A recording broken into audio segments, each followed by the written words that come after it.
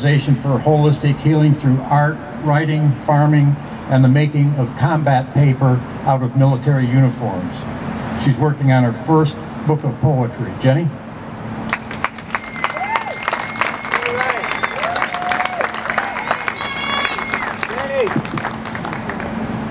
Hi.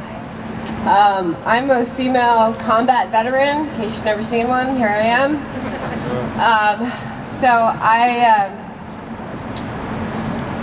I work for the Veterans Sanctuary. We're trying to do some holistic healing through art for veterans coming home who think they're lost and feeling alone. And I was recently, I guess, motivated to write a poem about the suicide rates and how they keep rising and how deeply, there is no word for it, how just awful it is. So I wrote this poem. It's called Parade. The funeral procession from Syracuse, New York to Ithaca, New York was over 50 miles long, dragging his dead body through town after town of people, families, and children waving flags. The fallen hero had finally come home. I wonder how many children who saw this will someday want to be dead heroes too.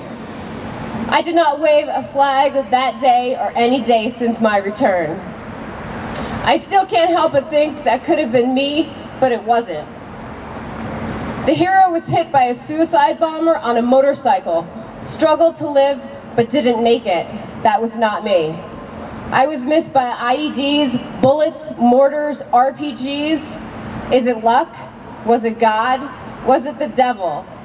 Why did I survive only to come home to a war with an invisible enemy in my own skin?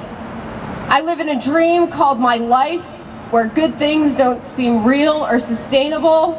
I live in the nightmares of the past, called Iraq and PTSD, that never run out of fuel.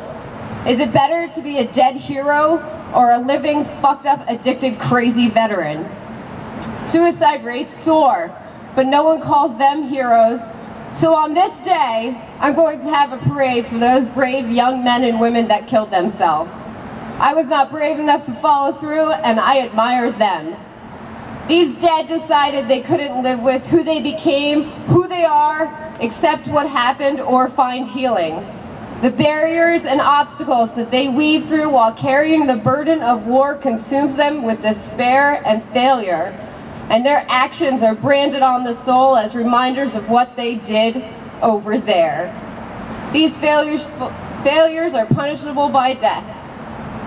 To those who escaped death in a combat zone like true warriors, but could not thrive in a society that does not understand them or help them understand themselves, I wave my motherfucking flag.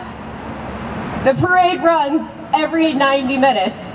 Blood drips from small towns to the big cities, the grief consuming millions of miles. Then I wonder, would those flag wavers ask, why are we there? Why are we at war? Why are the soldiers and Marines killing themselves at home? What have we done? How can this stop? Or would they just duck their heads and wave their flags for the dead heroes? Thank you.